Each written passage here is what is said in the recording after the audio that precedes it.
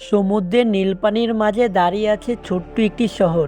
মনে হচ্ছে পানির উপরে হাওয়ায় ভেসে আছে শহরটি, এবং হঠাৎ করে জোরে আসা কোনো ঢেউর আঘাতে হয়তো চলে যাবে আরেক প্রান্তে। দৃষ্টিনন্দন ও অরণ্য এই ভাসমান শহরটির নাম ভেনিস। ভ্রমণপ্রিয় যেই কোনো ব্যক্তির ইচ্ছা থাকে এই সুন্দর শহরে একবারের জন্য হলেও ঘুরে আসার। এটি ইউরোপের এমন একটি শহর যেখানে আপনাকে যাতায়াত করতে হবে হেঁটে কিংবা নৌকার মাধ্যমে। চাইলেই কোনো গাড়ি বা বাস এবং ট্রেনে চলাচল করতে পারবেন না, কারণ এরকম কোনো ব্যবস্থাই সেখানে নেই। মোটর চালিত কোনো যানবাহন নেই, তাই কোনো কালো ধোঁয়াও নেই। অন্যান্য আধুনিক বা বড় শহরের মতো পরিবেশ দূষণের দেখা মেলে না ভেনিসে। প্রাকৃতিক সৌন্দর্যে ভরপুর এবং পরিবেশ দূষণ মুক্ত শহর হওয়ায় ভেনিস নগরী সকলের নিকটে আকর্ষণীয়। বিখ্যাত এই শহরটি ভাসমান শহর হিসেবেও নামে পরিচিত। 118টি ছোট ছোট দ্বীপ নিয়ে গঠিত ভেনিস নগরী সমুদ্র সাগরের অ্যাটিয়াটিক অংশের দিকে ভেনিতিয়ান উপ অনুরোধে এই নগরীর অবস্থান।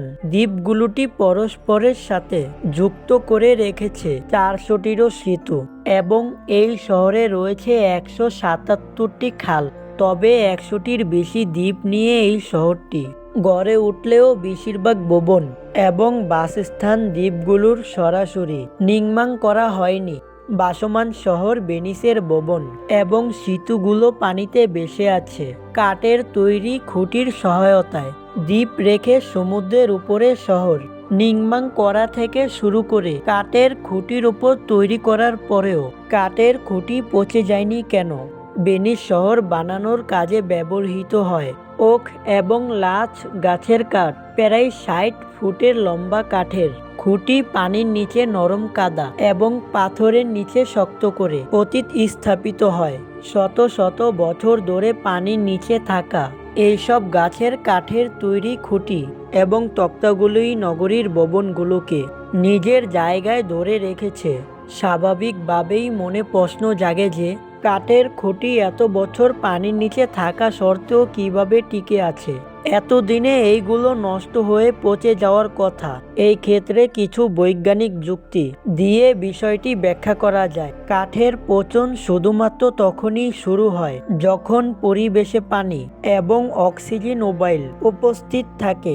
গভীর সমুদ্রে বা জলাশয় অক্সিজেন অনুপস্থিত যদিও থাকে, তাহলে পরিমাণে একেবারেই নগণ্য। আর এই কারণেই পানির গভীরে থাকার পরেও কাঠে পচন ধরতে পারে না, ফলে নগরীর ভিত্তিগুলো শক্তভাবে টিকে আছে।